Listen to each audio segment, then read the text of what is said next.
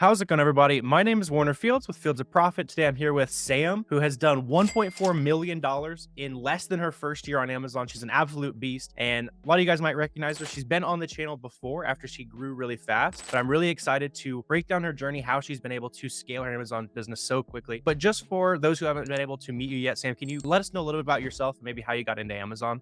Hi guys, thanks for having me again, Warner. I'm really excited. Yep, so I started back in May 2023, just the Walmart clearance shelf, and then I quickly turned to OA, found the roadmap, and just took off from there. I had my second son in July, so I had a baby in my third month, and then hit 100K the next month, and I just love everything Amazon, so I'm really excited. That's incredible. Like, you're glossing over some people's, they would call that like lifetime levels of achievement there. Like you're literally having a kid, building a new business at the exact same time. So you're awesome. Excited to jump into it with you. So let's just go back to the beginning, right? For the uninitiated, can you briefly describe what the vast majority of your Amazon business is? Where are you finding products? Like, how are you selling them? How does that work, right? Okay, sure. Yeah, I am all OA online, like 99%. I very rarely pick up anything in store anymore. Sometimes I'll do like order pickups, like if we're going out to the beach or whatever, and I know the store's right there. But I do all online arbitrage, so all name brand websites, Walmart, Target, all those kind of stores like that. I buy brand name products and then I flip them on Amazon. Awesome. Yep. So we'll get into all kinds of stuff on that. But you said you were doing a little bit of retail arbitrage, right? So you're going out to the stores in the early days. Is that how you made your first sales? Would you recommend that to a brand new Amazon seller?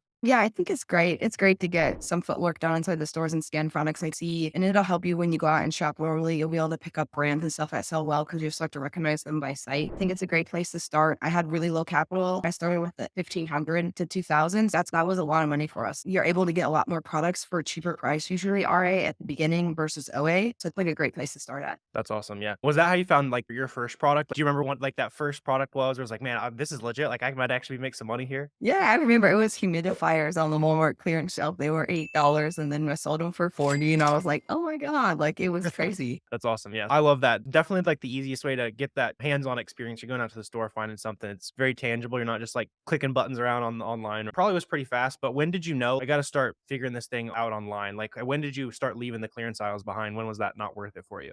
I mean, honestly, it was probably about my second week. I was very quickly because I had so much of a learning curve. I knew I just needed to get on the computer and play with it. The computer is more my style than the app either way. So yeah, it was about 2 weeks in really. Okay, awesome. Yeah. So just getting that quick proof of concept and then going on to those things that are a little bit more scalable. And yeah, let's talk about that for a little bit. Like a lot of people, they think you're buying stuff online, like you're getting it from Walmart, Kohl's, like wherever. Like, how is that even scalable? I hear that one all the time. In the last 30 days, I think you just said you're doing about 250 grand, just all from home, all that kind of stuff. So what are some of the ways that you've actually been able to scale this business beyond the hustle that a lot of people try to make it into? Yeah, it's like a hard concept, right? Because you got to know how to cash flow works and how to spend your spend correctly each cycle to make sure you can grow that quickly. But it's really hitting your spend goal immediately as quickly as you can every month to be able to turn the capital faster. Awesome. Yeah, yeah. That makes total sense. I get that one all the time. Should I save some money? Should I keep spending it? Like how you're breaking it down. Like kind of the faster you can spend it, the faster you're making it back. And was there any other things you're taking advantage of? Or how were you able to buy those products that you knew were going to be able to get out the door so quickly? It's so hard to remember back in the beginning, but yes, it's all in the keep a chart and SellerAmp. So when you go through them, keep an offer stat, that kind of stuff, it tells you what's FBM friendly. Literally on the chart, you can look at buy box statistics. So I heavily use FBM in the beginning to get Cool. proof of concept because it was so confusing, like sending stuff in and figuring out which products sell quickly. So FBM is a great way to start out. And I do that around all holidays and everything. It's just, you can get so much more margin usually with FBM. Yeah, it's that speed to market. Speed is everything, as you and I both know. So it's doing the work that other people aren't willing to do. So you're going out to the stores, you're doing the FBM, like you're just doing stuff that people are clearly a little bit too lazy to. And you're doing it with a kind of a not newborn anymore. There, you're getting full nights Yeah. of sleep and all that kind of stuff these days. But how are you managing the time between having a family life, trying to run your business? I know obviously that's very busy and a lot of people can probably relate to that. So any like tips you have in terms of budgeting your time for your business? Yeah, really. Yeah, my life is full. I have literally a 2-year-old, 2 months, and then my son was born in July. So Yeah. I don't even know how old that is. I have two under two basically still. So it's very hectic. So I do time blocking with the business. So first thing in the morning, I get on the computer. And then basically at nighttime, like 8 to midnight, like almost every single night, that's my only time I get uninterrupted. During the daytime, it's just here or there whenever I can get anything done. It's maddening as a parent. You never finish anything during the day. So I just get it all done at night time, basically. For sure. Yeah. So you said you're doing 250 grand a month right now. What kind of time commitment is that? I know you're doing it where you can, right? But do you know like roughly how many hours that shakes out to just to keep it realistic with folks? Realistically, I would say it's about 20 hours a week of like Cool. art intense work, and then maybe 10 hours of helping prep the items or answering emails or doing that kind of stuff that you can do during the daytime. But when I started, it was a lot more. It was like 60-hour weeks Yeah. to learn it because I know what I'm doing now. So I can do it very quickly compared to the beginning. That's awesome. Yeah. So I think that's another thing that people they jump into the business. It's man, this takes so much work, and they never make it to that period where now you said you're working three times less on the sourcing aspect at least. So what are some of the things that changed in your sourcing? Like how are you doing it early on, and what kind of evolved for you to be able to save so much time? It's really speed. Like my first couple months, it take me like 2 days to go through one storefront. And I go through multiple a day now. It's very quick. I source by site sometimes. I love using Sellerboard if you guys have that where they show your products that you've sold before. So I can go through and click on those ones by site just by memory and replan a lot of items that way. So like I'm never out of stock on the items that are profitable. Yeah, that's awesome. What is your methodology? I know you said you're using Sellerboard a little bit, but what are you shooting for? Like, how many days of stock are you looking to rebuy in inventory? A lot of people, that's like the nitty gritty stuff that they're wanting to hear. So, is there any like specific thresholds you're looking for? What's your thinking on restocking? Yes. So like with the new inventory placement fees, it like messes everything up. So I'm not sure where that's going to be at right now, but I still go for 30 days of stock at all times where I send it in. And then if it's like a really fast item, when I'm about a week in, I get those first couple sales, I'll already order the next 30 days. Nice. So that gives me a week to prep it, to send it in. And then I try to go for 18% margin. I try never to go below that. So that's almost a 40% ROI. If it's a very quick moving ASIN, I will go down to 15% margin because we just never know with returns. Like January was rough for me from my first, I It was went your first clothing and returnuary, right? yeah, it was crazy. So I'm very protective of my margin with scale because it's very easy to chase revenue and forget your margin. But like you just got to keep your margin in mind and just keep going at it. Yeah, the orange bars are fun, but unfortunately, they don't feed the family. Yeah. Yeah, so you said you're doing a lot of like shoes and clothes. A lot of people say that's not profitable. So, how are you able to stay profitable in those categories? Those categories, I go for quicker sellers and I do a lot of data based on what I've already bought. So I love like replans. That's what everyone wants, but it's just going to take you a couple months to get there either way. So I go off of my own data for the returnable items, see how much it was and to know which one's the gray pen. And then it's if those kind of pants did well, you can assume pants in another category would do well. So it just works out. Yeah, for sure. In the early days, do you remember your first sourcing method that you tried that actually made sense? Like things started clicking. Oh, I see how to find things online. Are you still doing the exact same thing? Yeah, I still reverse source. Everyone always messages me and asks, "Are you wide or what category? What are you doing?" I'm like, I literally reverse source. I go storefront stock everybody every day. It's very quick once you get fast at it, but you got to put in those 4 to 6 months of work to be able to go through them that quickly. Yeah, that's awesome. So you're still primarily storefront stalking, just digging stuff up that way? Yes. And That's I'm awesome. going through wholesale accounts. So like I'll find items that I replan a lot and I'm reaching out to those brands specifically to get actual accounts with them. I find that's a bit slower. So what I'm doing is I'm plugging along, keeping my numbers up high. So I'm doing my LA replans and I'm just having wholesale on the side, just getting it in when I can, trying to set that up for the future. So I'm not like sacrificing my margin, my profit right now. Sweet. Yeah. Yeah. I know that's a big popular thing with a lot of people looking into starting wholesale, that kind of thing. We were even talking beforehand. Like, I think somewhere around 200K a month, like, it really starts to make sense to start looking into a wholesale business, which probably is higher than a lot of people think it would be. But what were some of those early signs where it's, man, I should start doing this? And like, how did you start taking those first couple steps to get into wholesale? I know that's where a lot of people are right now. I just think it's the quantity. So when you start looking for items at 500 to 1,000 of an item, it's just, oh my gosh, it's much Yeah. easier to reach out to a brand and be like, hey, I have this capital. I would love to partner with you. This is exactly what I want. This is what I will pay. And then you work it out between them. And it seems to work a lot better than what I was trying to do before. But I'm by no means a master on wholesale because I have a few accounts that I use, but I'm still getting into it. Awesome. Yeah. And you talked about it a little bit there, but what's like your outreach strategy? Like, how do you know what products you're looking for? What are you saying when you're calling up these distributors? Because clearly you're getting a couple so far, and I'm sure it's going to go gangbusters for you. But what's your approach right now? Yeah, so I look at the actual brand's webpage and I call them to get their actual distribution list. And sometimes they don't want to give it out. Call 5, 10 times until you find someone who is okay. Yeah, that's a normal person. Let me give them our information so I can reach out that way. If they won't let me open an account directly with them, that cuts out all the scammers out of the system. And then you're not going to get into trouble with like a lot of sellers getting section threes and stuff like that. You'll be able to have your documents from the brand to the distributor to yourself. And that's all that matters really in Amazon is your account helps. That's the only way I will find distributors. And then once I have them on the phone, I talk to them and follow up with emails. And then, like I said, I send them exactly what they want. And I don't give off my price right away, but Yeah. I saw from Corey's videos where he says if they give you a price higher than what you wanted, you just go back and say, I'll purchase 500 more if you give me this price. So I tried that a couple times and it's worked pretty well for me. So I was very Awesome. thankful to learn that. Yeah, yeah, that's a good little nugget. That's awesome, finding some success in wholesale there. So, is that where you see the business going? Are you gonna go 100% wholesale? Is there too much low-hanging fruit in OA? Where do you think your business will be in terms of kind of the breakdown there? Oh, I don't know. I love OA. I think a lot of people, when they get to 200K months, they go, okay, this isn't sustainable. Let me find an easier way to Sure. do it. And if you just make it 3 more months, it's easier. Like I'm telling you, once you get to a certain level, you just become so fast that it's not like it was when you're scaling. And then once you hit what you want, it's downhill for your amount of effort. So it's very nice. So OA is so nice. You get the cash back sites, you get the cash back from the credit card, you get all of these extra bonuses that You're I don't. flying for free everywhere. Yeah, Yeah, like you there's don't so many get nice so side much of effects. that with wholesale. So I will never give up OA if I can help it. I gotcha, yeah. Yeah, with wholesale, sometimes, like, I remember one of my suppliers, they would give me, like, a bunch of, like, socks with their brand on it. That might be, like, the coolest bonus I had from a wholesale account. Not quite as cool as the free travel and stuff. Yeah, so you're touching on when that moment where online arbitrage is just getting way, way easier for you. So we talked about a couple of those things, but was there any, like, specific tips as you're looking through storefronts, like, things that you know to just, like, skip past? Is there anything that you, like, really picked up on that helped you get so much faster at storefront stalking? Oh, it's such a hard question. I feel like I know. it's Is it way just we look muscle through memory? it. Because that's where most people watching this video are at, right? They're probably making a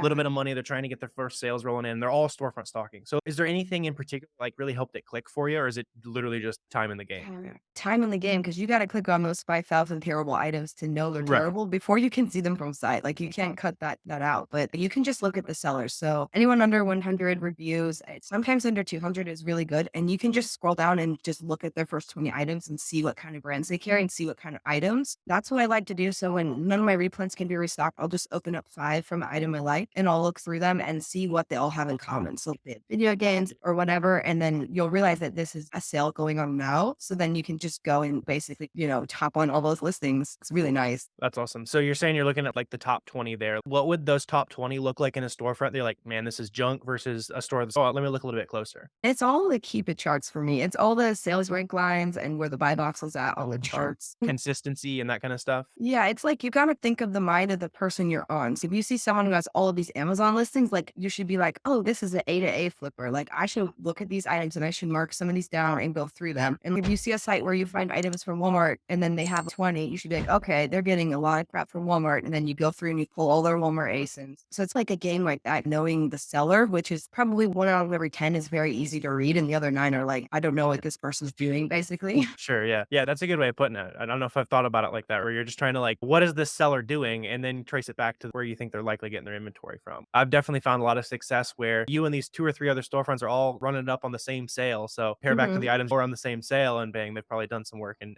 found some items that you can hop on. They're doing the same thing to you. So there's no like I could there. mess. Yeah. Yeah, I wish I could mess with people and be like, "Oh my god, I love your stuff. Look at mine." Like it would be so fun. Yeah, definitely. There is like a lot of benefit in community and that kind of stuff. I know you've been big on that. You're sharing the journey out there, like maybe not quite colluding with sellers a little bit, like we'll Yeah. avoid that a little bit. But as far as community and talking to other Amazon sellers, like how important has that been for your Amazon business? It's really important for me because I did not come from a background in reselling. So everything was new, like the cashback site. Just even having more than one email was like, oh my gosh, I can have more than one email. Like stuff like that was all eye opening. And then just hearing the lingo and the jargon and learning it and socializing with people who are like you, who want to grow and have ambitions for life, it will change your life. Yeah, for sure. It's pretty like contrarian, but it always comes up on anytime I'm talking to smart sellers who are crushing it. The more you like tell people what you're doing, the more you're like giving away secrets to the right people. You can't just shout it from the rooftops, but the further you're able to go. For that newer seller, they know the value of community. Like they're trying to get out there. What are some simple things they can do to start talking to other Amazon sellers? Yeah, just jump in the free discords and literally message sellers. Look through Warner and Miles channels and see sellers videos like this that you are like, wow, I have that person, and literally message them and ask them your question. Be very specific. Don't be like, hi, what are you doing today? Just ask your Yeah. questions. And that's how I did it. And people are so helpful when you reach out, like you're genuine and just be like, thank you so much. And you'll really grow as a seller doing that. Yeah. Or were you getting the inbox blown up for last video we did? A little bit. I'm really bad at my Okay. messaging. It's the kids. Everyone can Yeah. understand That it's makes sense. kids. I got my 4 hours a day if I stay up late to do the work. So I got to do that. And if I have time at the end of the night, I have time. That's awesome. Yeah. Yeah. As far as time management, all that kind of stuff, are you taking advantage of any virtual assistants, any prep centers, anything like that? Or is it literally just Sam in the garage crushing it? What's the operation looking like? So I do have a prep center. I love my prep center. I just went down to one and I brought a lot of inventory back into house. My husband, he's home now from work in January. So he's helping me out with the kids at home, obviously. And then he does some prepping and I'm trying to teach him some stuff on the computer because we're going to be be like the So partner are you, being on yeah, board. yeah. So is he quitting his job? You guys going all in on Amazon together? Yes, yes, That's he quit awesome. his Yeah, I 9 didn't to know that. 5. Yeah, Congrats. he's thank you. Yeah, it's very exciting, and to be home with your kids at this age Yeah. is a miracle in this kind of we live in. Yeah, yeah. There was, another student from a year or 2 ago, like,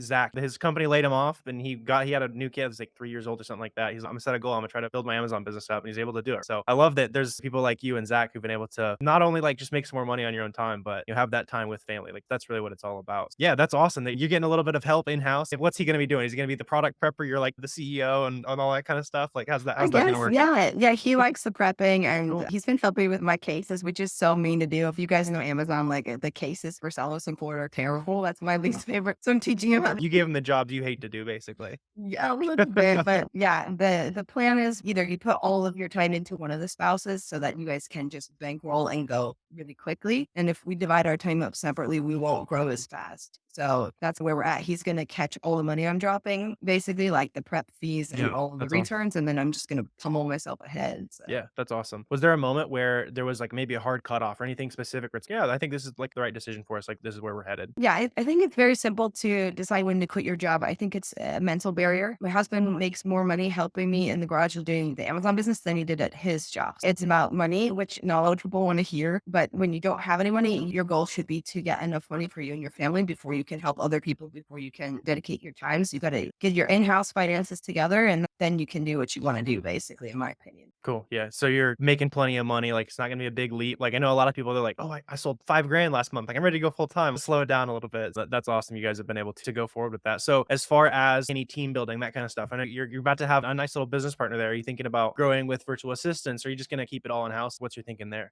VAs are great. I think for me personally, I am going to just butt my head against the wall until I do not hit my goal for 1 month. And when I Cool. no longer can hit my own goal by myself is when I will onboard VAs. And I probably will get a couple at once since like making my sheets and stuff, like my training material now while I do stuff. So it's ready. But for us personally, we're just stacking the cash as high Yeah. as we can. And then we'll start outsourcing to buy back our time. That's awesome, yeah, so you said you're already documenting, like, a lot of the stuff that you'd wanna teach somebody? Yes, yeah, Yeah, just like SOPs and stuff yeah. like that, like the casework, stuff like that. And then obviously I would love to own a prep center. I think that would be great. I know a lot of sellers are very against it, saying a headache and all this kind of stuff. But like for me personally, I do 10,000 units a month. So if you get charged $1, that's literally $10,000 Right. a month. Like owning something like that would be super fun too. Yeah, and save you a little bit of money, add a little bit extra cash flow, all that kinda stuff. I don't know if I've ever talked to actually, I take that back. There's one person I've talked to who likes doing their prep center. Everyone else is like, "Man, I hate this thing." So talk to a couple prep center owners maybe, but that's definitely a good goal. It's a nice little cash infusion at the very least if you're willing to work hard for it. Yeah, so as far as thinking back when you're in the early days, even though you were scaling really fast, maybe it's not super applicable, but something I like to ask is what's something that to stop doing in the early days? Like, what's something that you thought was gonna be awesome, it's gonna grow your business that ended up holding you back? Was there anything that you had to shave off that had ended up growing your business? I mean, yes. Other than time management, because basically I gave up most of my personal time being pregnant and having birth and doing Amazon was like I couldn't Yeah. watch a movie anymore, basically. But regardless of that, so when I first started, I actually opened up my Amazon, Walmart, eBay, and like all of the websites accounts. Nice. And I started putting a lot of effort into Walmart. And I started to realize that Walmart didn't have the same kind of market and I didn't even have any capital for both platforms. So I gave up Walmart. I still have it. I still do FBM on it time to time. It's just not crazy like my Amazon business is. So I really had to just divert all of my attention to the one basket. Yeah, yeah, I like that. I didn't realize you were trying to get in all stores like that. It's a really good way to grow the business. Have you thought about you said you're doing a little bit of Walmart. Have you thought about dipping deeper into that now that you got the Amazon scale, or you're just all in on Amazon right now? I'm all in on Amazon. My Walmart store probably do like maybe 20K a month. That's awesome. Yeah. Something like that. I have some brands who do not want to sell to Amazon sellers. I'll go and tell them we sell at Walmart and they might like that. So I'm trying to work on Walmart ones and I'm trying to partner with my prep center to get, they're going to send Walmart inventory in for me, but I just haven't landed one of those deals yet. But any one of these days I will. So it'll be That's awesome. exciting. Yeah, but 20K on Walmart is pretty good. Was it hard to get approved for the Walmart sellers account? You know, that's also a hot topic. What was that process like to start selling on Walmart? Yeah, I get a lot of people who message me that I literally started like before I even had 1,000 in sales on Amazon. So I opened up the LLC with the business cards and I made the website and everything like that. And that's what Walmart required at the time. So I would just say that you need those official documentations for Walmart. If you're ready to like Amazon, it's going to be easier for anybody to scale it. And then when you're ready to add in Walmart, you just need to make sure you have all your documents and stuff in a row. Yeah, yeah, I like that. It's one of those things where once you're doing 50, 100K on Amazon, you got all your ducks in a row, like you're saying, got stuff figured out. Start figuring out how to grow it. So Walmart, eBay, all that kind of stuff. That's awesome. In the early days, it's important to pick that one thing that actually works. And clearly Amazon was the thing that worked for you. That's awesome. Another thing that I want to break down, like as you were starting selling on Amazon, I know you hear a ton of different stuff about selling, right? And a lot of people who are watching this video probably have a big misconception about selling on Amazon. Do you remember what one of those that you had and like what ended up not being true about selling on Amazon? For me, it was that resellers are like bad people. I don't know why, but I think I grew up with that impression. Like Yeah, salesmen are you like see all the hate on stingy social and media. Yeah.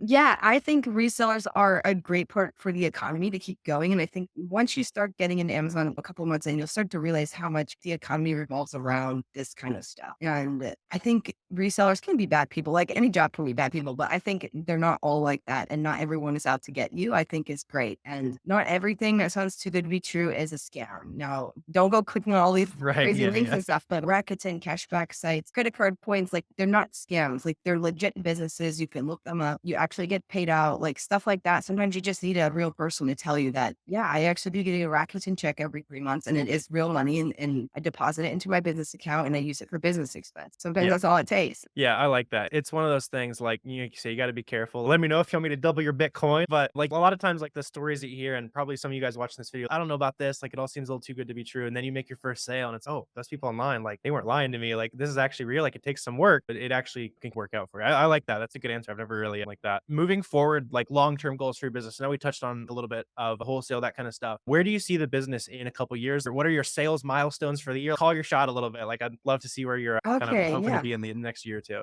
I'm still figuring out my goals. Like for August, I want a specific goal. I don't have one yet, but so I'll be a year this May. So my first year, I'll be like 1.7 million. So I'm going to start from this January. I'm going to pretend January and do this whole year coming up 2024. I'm going to try to go for 4 million. So I'm going to try to hit it. I'm going to try to have really big August and obviously really big November and December months. Okay, that's where my planning is. That's how I'm planning my spend and trying to make sure that I have everything ready for it. That's awesome. Yeah. Is there anything in particular you're doing I know you said prepare the spend, pre-sourcing inventory for those periods? Like, how are you going to be able to go so hard during all the rush periods that you're talking about? Yeah, it's all about spend. I love numbers. If you have a spend there built up and ready to go, and you're not someone who's like desperate for spend at a certain time, if you have it ready to deploy at the right times of the year, then you'll be golden. So you just have to learn your own personal credit card cycles and your own personal cycles where Amazon pays you out and plan them accordingly. Like this is Easter weekend. I'm not saying like I spend money every single day from Amazon business, but like today and tomorrow, right, I'll spend maybe 4 times what I Yeah. usually spend. I'll make sure that I get all the extra cash back and get all the extra discounts. Yeah, taking advantage of all the coupons and all that kind of stuff that you don't really have a lot of times. That's great. So for that guy or girl who's watching this video, they're a true beginner to Amazon. Maybe they've made their first couple sales. What would you do if you were in their shoes all over again? Those actionable steps for them to actually go do and start making some money on Amazon. Okay, yeah, I think they should devote all of your free time. You should take it like a serious business. And if you need to tell your family, your friends, or whatever, okay, I'm doing this serious business, get that out of the way and devote all of your free time to learning. Like you should only be reverse sourcing. Keep a seller amp in Amazon, in the Discord every single day. Ask every single question that comes into your mind. Going through every single email, figuring literally every little detail out that you can about Amazon. Join any sourcing groups that will help teach you. Be careful with sourcing groups. It's like group psychology. Sometimes someone might say this is a good idea and 5 people go, okay, and it's actually a terrible idea. Make sure you're like the one deciding how much you're going to spend of your spend and how many items you're going to buy and what you're going to sell them for individually. And you'll be golden. Just you need to read Keep It Charts. You need to dream about Keep It Charts and you'll be golden. Yeah, I love that. That's an awesome breakdown. Thanks again for hopping on the channel, Sam. If they want to find you, maybe toss you a question, just say thank you. I know you said you got a busy schedule, but where can they reach out to you at? Yeah, so I'm on Instagram and Twitter. I'm mostly on Twitter and just Sam_FBA. It's actually a scammer out with my stuff trying to get. That means you made it. That means you made it, right? You got Yeah, first but name. seriously, like I have the blue check, so only contact the blue check. The other person's Yeah, gonna try to like scam you. Yeah, we'll get that link down below. So if you want to go Okay. toss Sam a follow, see what she's up to. She's always kind of posting progress about the journey. If you guys did get value from this video, please feel free to subscribe, like, all that good stuff. Let us know if you have any questions as well. Always happy to answer those down below. But we really appreciate you watching this video. Thanks again for hopping on, Sam, and I will see you guys next time.